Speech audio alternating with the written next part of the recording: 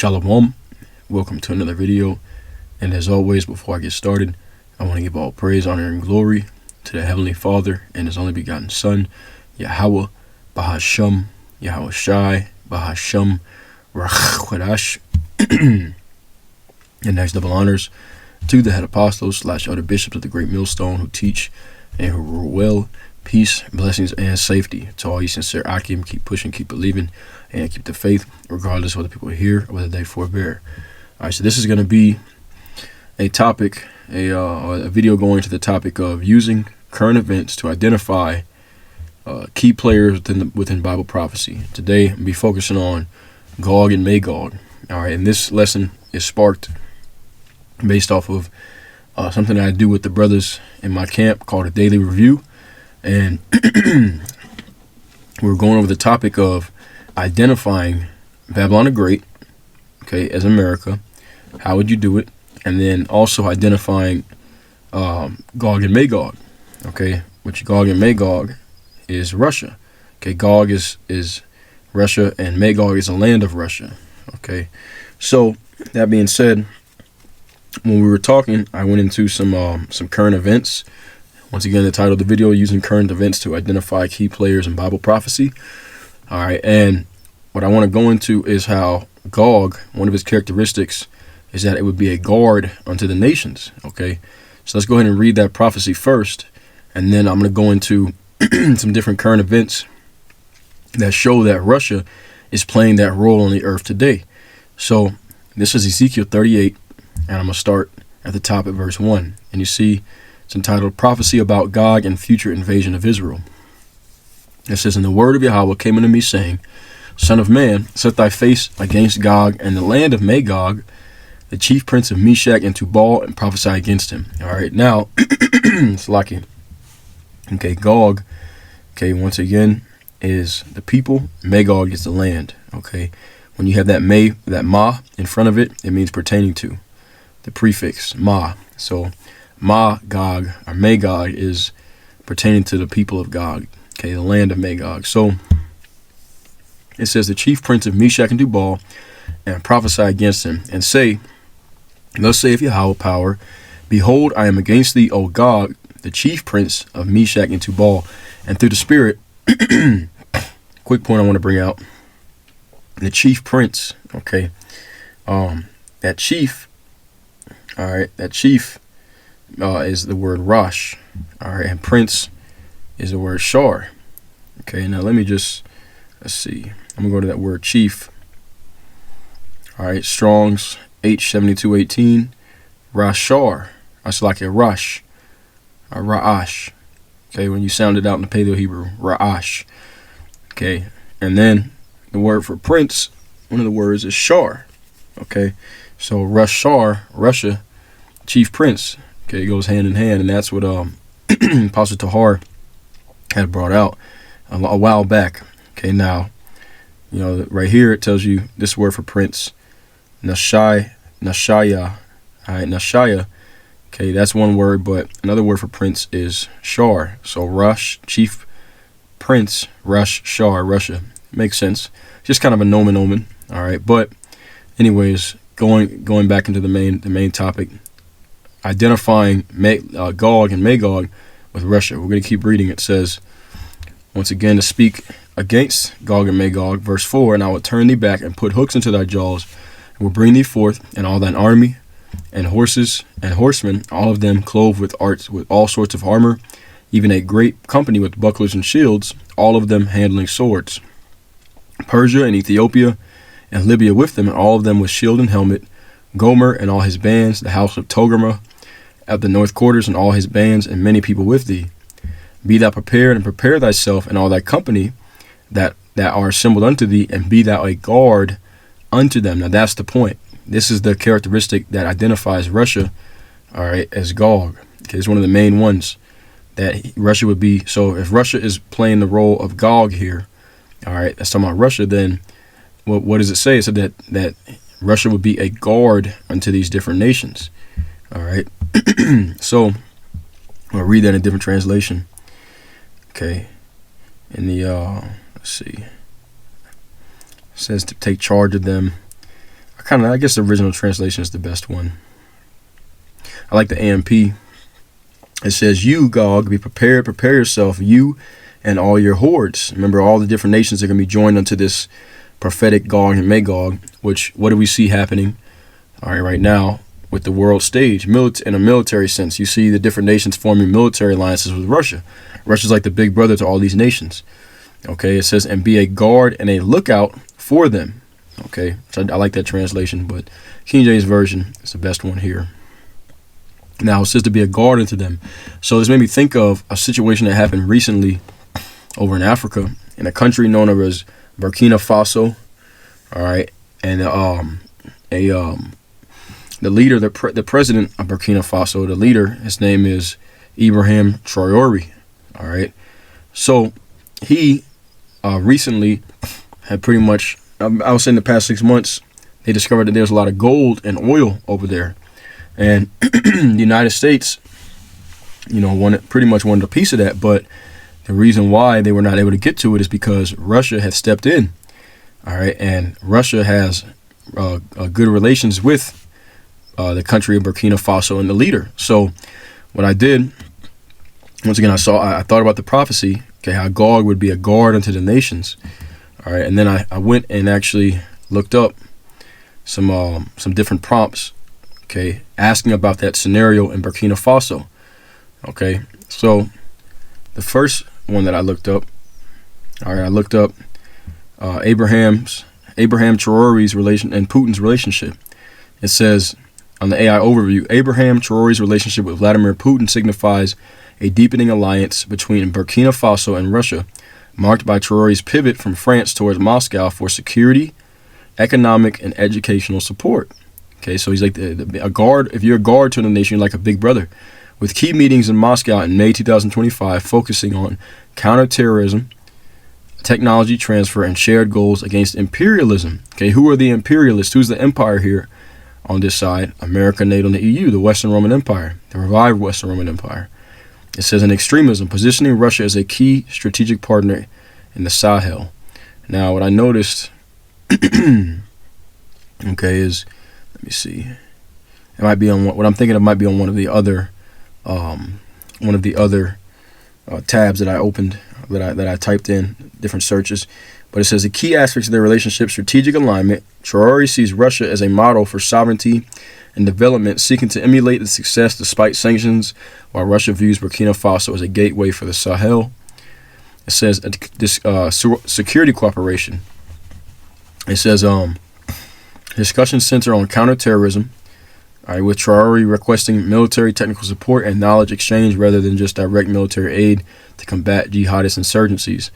Now, I think it's on one of the other tabs. I also looked up, okay, how the pretty much, so if you don't know the history, okay, Burkina Faso is a country over there in Africa. The French, which the French dominated many countries over there in Africa, but Abraham Traoré expelled the French. Okay, so we'll go ahead and read a little bit about that. Captain Ibrahim Traoré, the interim president of Burkina Faso, has a strongly anti-French stance, viewing France as a neo-colonial exploiter, leading him to expel French forces, demand renegotiated resource deals, sever military ties, and promote African sovereignty. Listen to this: aligning Burkina Faso with Russia and challenging French influence in the Sahel region.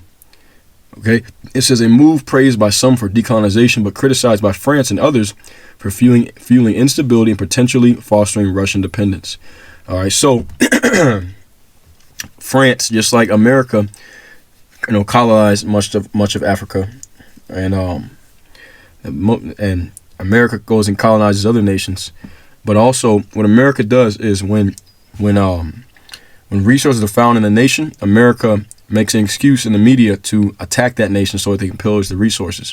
That's what France was pretty much taking advantage of Burkina Faso and other so-called African countries. All right, but he's saying here that Russia, that he joined himself into Russia, and that combats neocolonialism. Okay, in other words, Russia is playing the role of a guard onto Burkina Faso, so kind of like a big brother.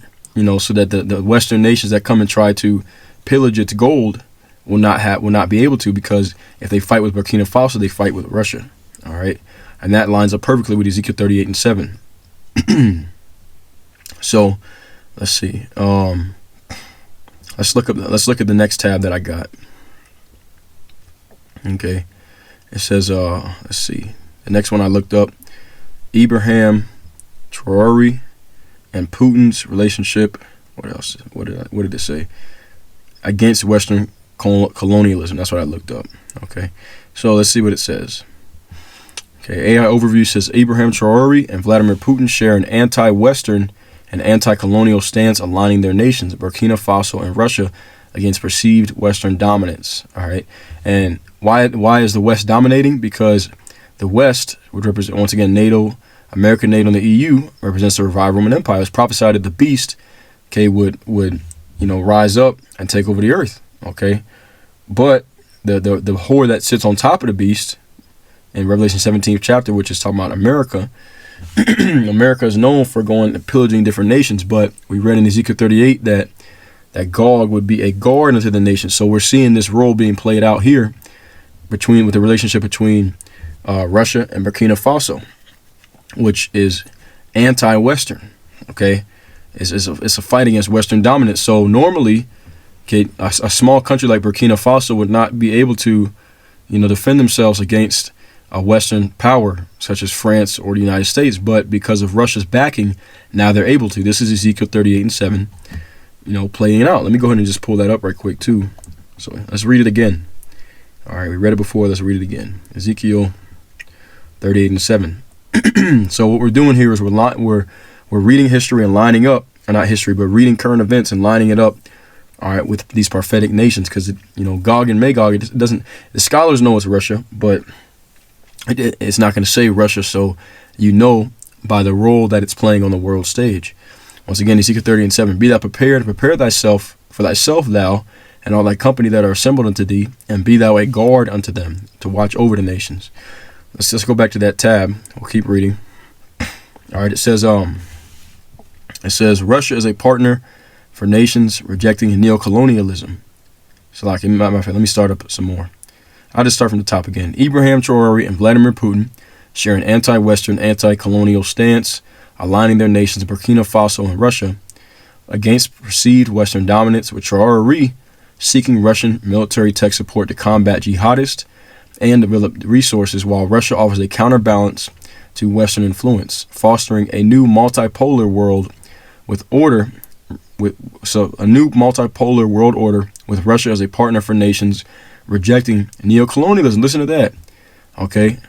It said, with Russia as a partner for nations rejecting neocolonialism. And what is the neocolonialism tied to? It's tied to the West, the revived Roman Empire. So what is Russia doing? Russia is being a guard unto the nations, saying if they come against you, join up with us and we can fight against them. This is setting the stage for World War III, which we'll touch on that in just a sec. Okay.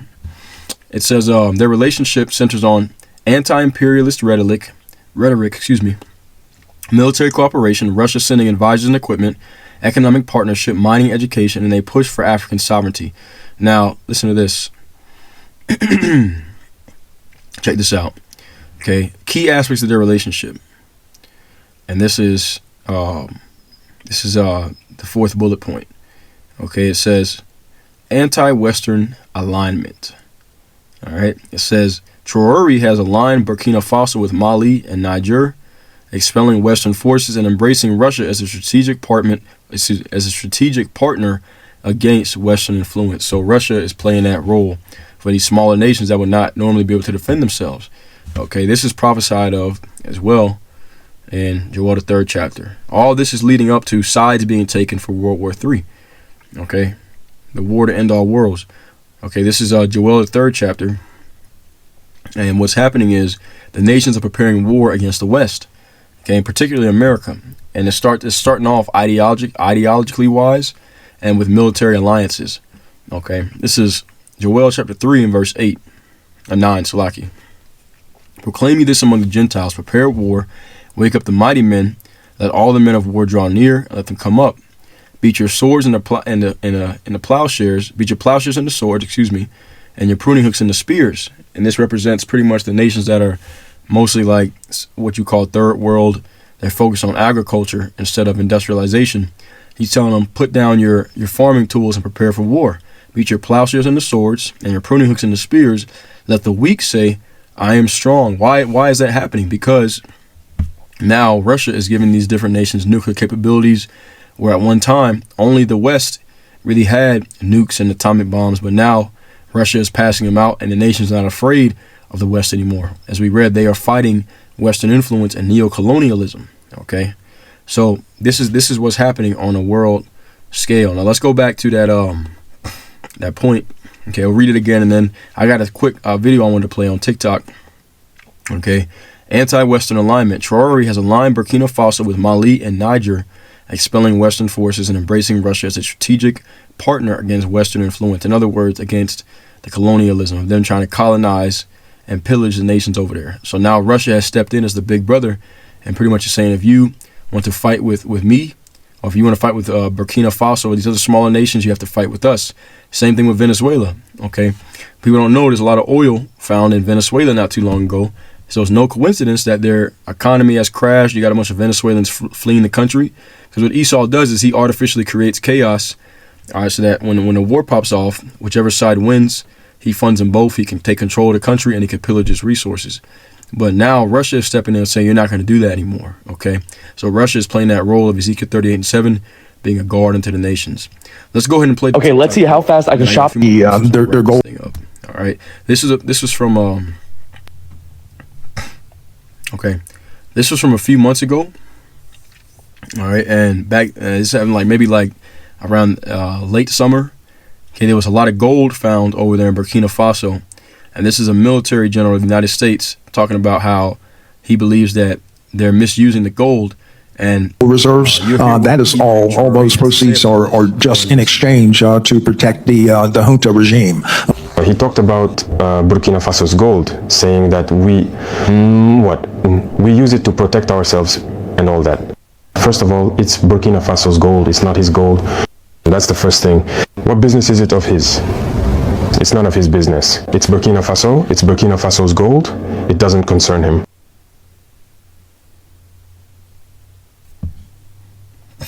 Right, and he said that's 110% correct. Okay, he said that it has nothing to do with you or the United States, but Revelation 17 tells you that the whore, all right, sitteth upon many waters.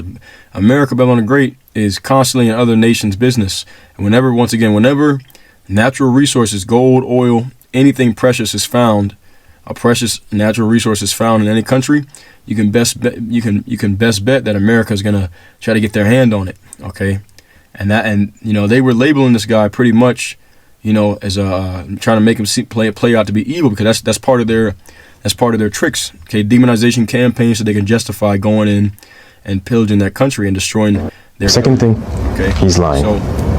Because Burkina Faso never had any gold reserves until we came along. We are the ones who started setting aside gold for the treasury of Burkina Faso. Otherwise, there wasn't a single gram of gold reserves in Burkina. That means he's a liar again. Another thing, when he says we use it to protect ourselves and all that, we are free. If the people have decided that we should govern them, we have a duty to protect ourselves. So we are.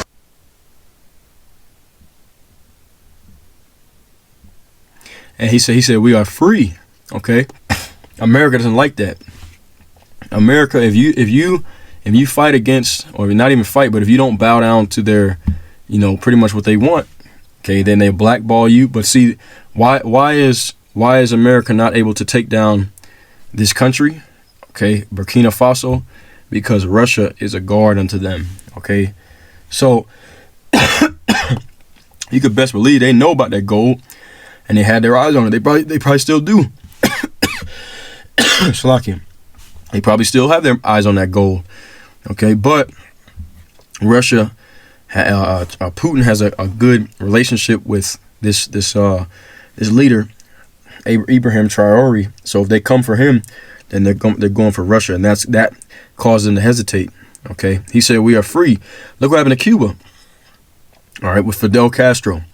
Okay, Cuba And the reason why people say that you go over there, it's like going back into the 70s. Cuba was blackballed, on the global market because they did not bow down to pretty much America's, ultimatum they gave them to pillage the country of its natural resources. Otherwise, Cuba would just be another colony of the United States, okay? But Cuba aligned itself with Russia, all right? So, once again, what business is it of his? Russia's playing out Ezekiel 38:7. And the part that hurt me the most, not because he's a general or because he's American or anything like that, but because he's black. It really hurts to see a black man being used to fight against another black man. And this didn't start just now. It has to stop. You see, it's very dangerous. Even Libya. Who destroyed Libya? Once again, they used a black man. In movies back in the day, in America, black people always played the bad guy. But we know that's just in the movies. But why do black people have to keep playing the bad guy? I think that if he heard this interview, he should look at himself in the mirror, feel ashamed. Their gold reserve. All right, and this guy, he's talking about Langley. This dude he's down with the program, man. This dude, he is sellout. Okay, the guy's sellout. Just like and not saying that being in the military per se, we don't advise it, especially in the times we're living in now. It doesn't make you a sellout to be in the military in particular, but especially if you didn't know the truth, you know what I'm saying. But a lot of these jakes, okay, they're fully given into the wine of Babylon the Great of America. Okay, this guy's one of them. But to get back to the main point, so like I said, he's calling out this leader of this country on the other side of the world. What they have over there has nothing to do with America, but that's what America has done historically. They've went through and pillaged different nations, but now Russia is playing that role of a guard unto the nations. Okay, and who else fits that role? Okay, who else fits that role? Think about it. Think about also Russia is also going against the United States economically as well with the whole BRICS. Okay, BRICS is a currency that they're trying to use to replace the United States petrodollar as the world currency. Okay, for doing business, for exchange. So this is all spearheaded by Russia. Russia is the nations are now not afraid to go against the beast because they have the backing of Russia. Okay, the United States and America, the United States of America and Russia are the two main players in World War III. And the nations are going to be joined unto Russia to go against Babylon the Great. All right. That's how we know that it's Gog and Magog. Now, let's go back to that scripture. Okay. And we'll read again, starting up at verse 3. And say, thus saith Yahweh power, behold, I am against thee, O Gog, the chief prince of Meshach and Tubal. And I will turn thee back and put hooks into thy jaws, and will bring thee forth, and all thine army, and horses and horsemen, all of them clothed with all sorts of armor, even a great company with bucklers and shields, all of them handling swords. Persia, Ethiopia, Libya with them, and all of them with shield and helmet, Gomer and all his bands, the house of Togarmah of the north quarters and all his bands, and many people with thee. Okay, so all these nations are being joined unto this Gog. All right, and what is he going to do? Prepare them for war. Be thou prepared and prepare for thyself, thou and all thy company that are assembled unto thee, and be thou a guard unto them. That's the scripture that inspired this lesson. After many days thou shalt be visited. In the latter years thou shalt come into the land that is brought back from the sword, and is gathered out of many people against the mountains of Israel, which had always been always waste, but it is brought forth out of the nations, and they shall dwell safely, all of them. It says, and thou shalt ascend and come like a storm. Thou shalt be like a cloud to cover the land, thou and all thy bands and many people with thee. Okay, Russia's going to pretty much destroy this place. All right. Thus saith Yahweh, it shall come to pass that at the same time things shall come into thy mind, and thou shalt think an evil thought. And thou shalt say, I will go up to the land of unwalled villages. I will go to them that are at rest, that dwell safely, all of them dwelling without walls and neither having bars nor gates. This is America. Okay, people here are at rest. All right, they dwell safely. They're not thinking about, they don't believe there could ever be an invasion on American soil. But Russia is preparing that. Okay, Russia, China, North Korea. Russia is spearheading it all. All right. It says to take a spoil and to take a prey, to turn thine hand upon the detestable places that are now inhabited. and upon the people that are gathered out of the nations which have gotten cattle and goods that dwell in the midst of the land. Okay, so he's going to rise up against, all right, the nations in that part of the world are being prepared for battle against Babylon. Let's go to Jeremiah 50. All right, we're going to read, okay, verse 1 through 5. Prophesy against Babylon. Prophecy against Babylon. The word that Yahweh spake against Babylon and against the inhabitants, against the land of Chaldeans by Jeremiah the prophet. Declare ye among the nations, and publish, set up a standard, publish and conceal not. Say, Babylon is taken, Bel is confounded, Merodach is broken in pieces, her idols are confounded, her images are broken in pieces. For out of the north cometh up a nation against her, which shall make her land desolate, and none shall dwell therein. They shall remove, they shall depart, both man and beast. And it's not just one nation. As we're going to skip down and come back up. Look what it says. Jeremiah 50:9. For lo, I will raise and cause to come up against Babylon an assembly of great nations from the north country. We read that also in Ezekiel 38. Togarmah and those that are in the north country. Okay. I said, I will cause to come up against Babylon an assembly of great nations from the north country, and they shall set themselves in array against her. From thence shall she be taken, and their earls shall be as of a mighty expert man. None shall return in vain. Okay. So Russia is that nation, and he's assembling all these other nations to go up against Babylon.